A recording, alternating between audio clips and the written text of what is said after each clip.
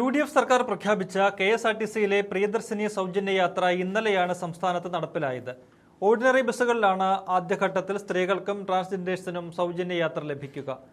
Thiruvananthapuram KSRTC കോംപ്ലക്സിൽ മുഖ്യമന്ത്രി VD സതീശനാണ് ഇന്നലെ പദ്ധതി ഉദ്ഘാടനം ചെയ്തത്.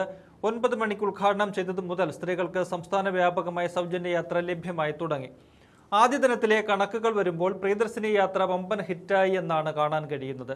സ്ത്രീകൾ ഒന്നടങ്കം പദ്ധതിയെ ഏറ്റെടുത്തതായാണ് കണക്കുകൾ വ്യക്തമാക്കുന്നത്. ഇന്നലെ ഒറ്റ ദിവസം കൊണ്ട് KSRTCയിലെ സ്ത്രീ യാത്രക്കാരുടെ എണ്ണം 5 ലക്ഷത്തിലധികമാണ് വർദ്ധിച്ചിരിക്കുന്നത്. സാധാരണ തിങ്കളാഴ്ചകളിലാണ് KSRTCക്ക് ഏറ്റവും കൂടുതൽ യാത്രക്കാരെയും വരുമാനവും ലഭിക്കുന്നത്. കഴിഞ്ഞ തിങ്കളാഴ്ച 7,34,693 സ്ത്രീകളാണ് KSRTCയിൽ സഞ്ചരിച്ചത്. എന്നാൽ ഇന്നലെ അത് 13,29,938 ഉയർന്നു. ഒറ്റ ദിവസത്തെ വർധന 5,95,245. ഇത് KSRTCയുടെ എല്ലാ വിഭാഗം ബസ്സുകളിലെയും കൂടി കണക്കാണ്.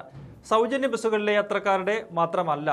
ഇനി പ്രിയദർശിനി സൗജന്യ ബസ്സുകളിലെ കണക്ക് നോക്കിയാൽ ഇന്നലത്തെ സീറോ ടിക്കറ്റ് എടുത്ത് സഞ്ചരിച്ച സ്ത്രീ യാത്രക്കാരുടെ എണ്ണം 7,83,115 അതായത് 8 ലക്ഷത്തോളം സ്ത്രീകൾക്ക് ഇന്നലെ സൗജന്യ യാത്രയുടെ പ്രയോജനം ലഭിച്ചു. ഇതിലൂടെ സർക്കാർ KSRTCക്ക് നൽകേണ്ട ഇന്നലത്തെ മാത്രം തുക 1,59,56,801 രൂപയാണ്.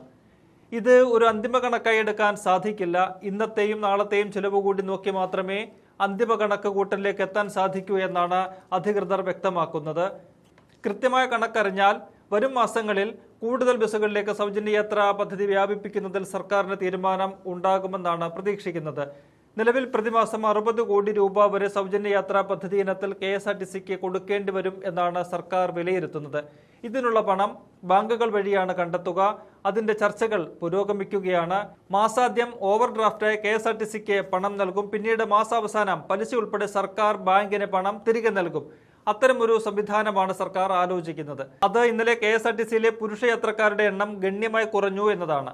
കഴിഞ്ഞ തിങ്കളാഴ്ച 6,68,126 പുരുഷന്മാർ KSRTCയിൽ യാത്ര ചെയ്തെങ്കിൽ ഇന്നലെ അത് 2,26,673 കുറഞ്ഞു. ഇത് KSRTCയുടെ വരുമാനത്തിൽ ഗണ്യമായ കുറവ് വരുത്തും. എന്തായാലും പ്രിയദർശിനി പദ്ധതിയെ കേരളത്തിലെ സ്ത്രീകൾ ഇരു കൈയും നീട്ടി സ്വീകരിച്ചു എന്നാണ് മേൽപ്പറഞ്ഞ കണക്കുകൾ തന്നെ ചൂണ്ടിക്കാട്ടുന്നത്. സംസ്ഥാനത്താകെ 3,125 ഓർഡിനറി ബസ്സുകളിലാണ് നിലവിൽ സൗജന്യ യാത്ര ലഭിക്കുന്നത്. എന്നാൽ ഇത് സംബന്ധിച്ച് ചില തെറ്റിദ്ധാരണ പരത്താൻ CPM BJP നേതാക്കളും അണികളും ചില മാധ്യമങ്ങളും ഇറങ്ങിയിട്ടുണ്ട്. പ്രിയദർശിനി പദ്ധതിക്ക് മുന്നോടിയായി ഓർഡിനറി ബസ്സുകളിൽ നല്ലൊരു ഭാഗം സിറ്റി ഫാസ്റ്റാക്കി മാറ്റി സ്റ്റിക്കർ ഒട്ടിച്ചെന്നാണ് ഇക്കൂട്ടരുടെ ആരോപണം. എന്നാൽ KSRTC തന്നെ ഇക്കാര്യം തള്ളിക്കളയുന്നുണ്ട്.